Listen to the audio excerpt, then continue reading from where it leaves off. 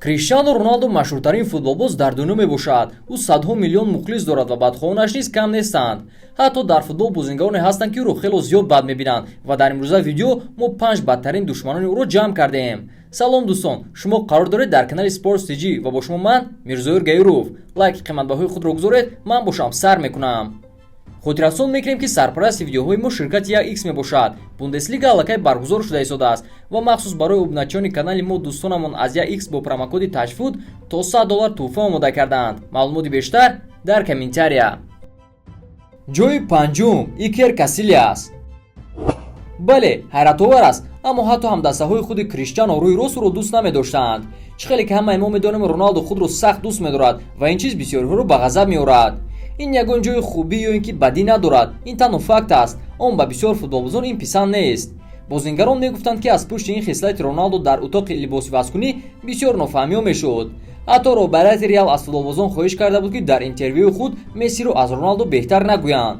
дар ҳоле ки дигар футболбозон ин хоҳиши роҳбариятро ба ҷо меоварданд, ана дарвозабони дастаи шона Икер Касилlas умуман ба ин қоидаи роҳбарият риоя намекард. дар яке аз интервюҳояш ӯ гуфта буд, ки аз ҳама зарбаҳои мушкил барои ҳамаи дарвозабонҳо ин зарбаҳои Месси аст. ин ба Роналду сахт расида буд ва онҳо баҳси зиёд карда буданд. ба ин баҳси дуру дароз Маурино нуқтагузошт вақте тренери Реал шуд. муносибати ӯ нисбати Касилlas бад буд ва дарҳол дарвозабонро ба курсии эҳтиётӣ шинонд. Икер аз ҳамдастагонаш хоҳиш кард, ки ӯро дастгирӣ кунанд, аз он ҷумла аз Роналду, ки он вақт стораи асосии даста буд. аммо Криштиано баҳсҳои пештараашонро ба хотир оварда аз Маурино пуштибонӣ кард. ана давоми ин кор чӣ шуд, худатон медонед. легендаи дастанро хело бад аз даста ҷавоб доданд ва то ҳол Касилlas Роналдуро бад мебинад.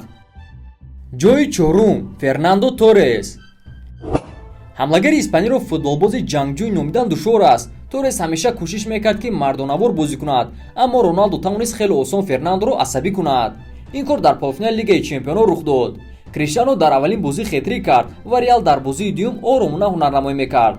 ба Торрес рафтори масхараомези Роналду дар майдон маъқул нашуд ва ӯ ба Криштиано чунин гуфт: бо ту чӣ рух дода истодааст, клоун? Роналду чунин ҷавоб дод: ҳеҷ чиз не, ту танҳо ба хонаат баргашта истодаӣ, беақл. пас аз он бозӣ Торрес Роналдуро падарлана номид. Атлетико дар он бозӣ 2-1 ғолиб шуд, аммо Реал бо шарофати хетрики Роналду дар бозии якум ба финал баромад. пас аз он ҳолат Торрес чанд бор оиди Роналду суханҳои бад гуфта буд ва эҳтимол то имрӯз аз пушти рафтор ва суханони бад нисбати Роналду нафрат дорад. ҷои сеюм Ван Нистелрой. ва боз дамдастаи Криштиано Роналду, аммо ин ҷо кор нисбатан ҷиддӣ буд. Ван Нистелрой легендаи ҳаққии МЮ мебошад ва солҳои дароз нишонзани асосии даста буд ва ҳамон вақте ки Роналду ба даста омад, муносибати онҳо дарҳол бад шуд. Криштиано ҳамеша бисёр финт мекард, ба дигарон партофт намекард ва кӯшиш мекард, ки худаш гол занад. ба руд ин кори Роналду сахт маъқул намешуд. ӯ аз Криштиано талаб мекард, ки пас диҳад, аммо ӯ худаш бисёр вақт гол мезад ва кам партофт мекард. кор то он ҷо омада расид, ки Роналду ва Ван Нистелрой дар утоқи либосивазкунӣ бо ҳам ҷанг карданд. дар ин бора Фердинанд дар китоби автобиографияш навиштааст: бори руд Криштианоро як муш зад ва ман ба ӯ дарафтодам, то Роналдуи ҷавонро муҳофизат кунам.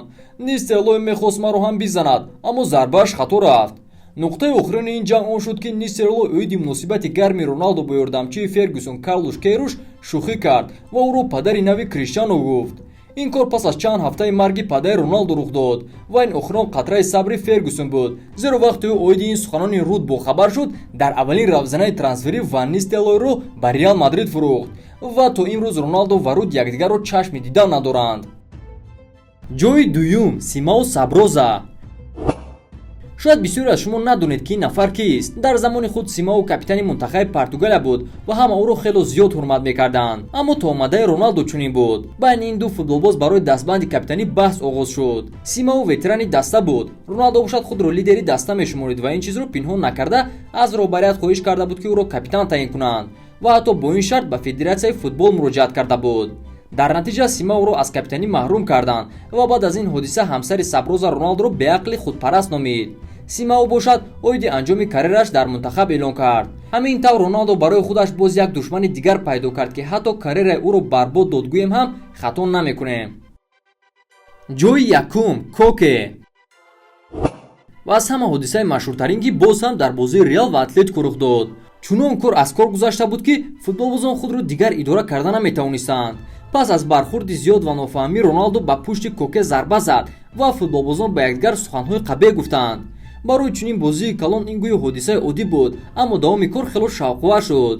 дар яке аз телевизионҳои испанӣ шахсоне ки аз лаб суханонро хонда метавонанд ҳар як калимаи футболбозонро фаҳмиданд.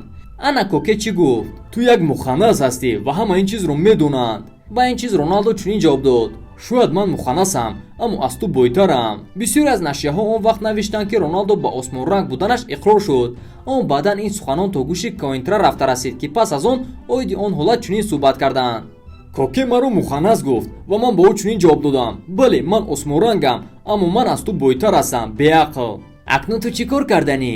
ҳеҷ чиз не, ман бояд чӣ кор кунам? ӯ маро осмонранг гуфт, аммо онҳо 3 сол мешавад ки дар Лигаи Чемпионҳо бой медиҳанд. мо онҳоро хуб фалонкор кардем. вақте ки ин суханон дар интернет паҳн шуданд, Коке Роналдоро боз ҳам бадтар медид. шояд шумо пурсед ки футболбозони Барселона дар куҷоянд? мо метавонистем ба шумо оиди ҷанг бо Хави ва Пике нақл кунем, аммо ин баҳсҳои оддӣ дар футболанд.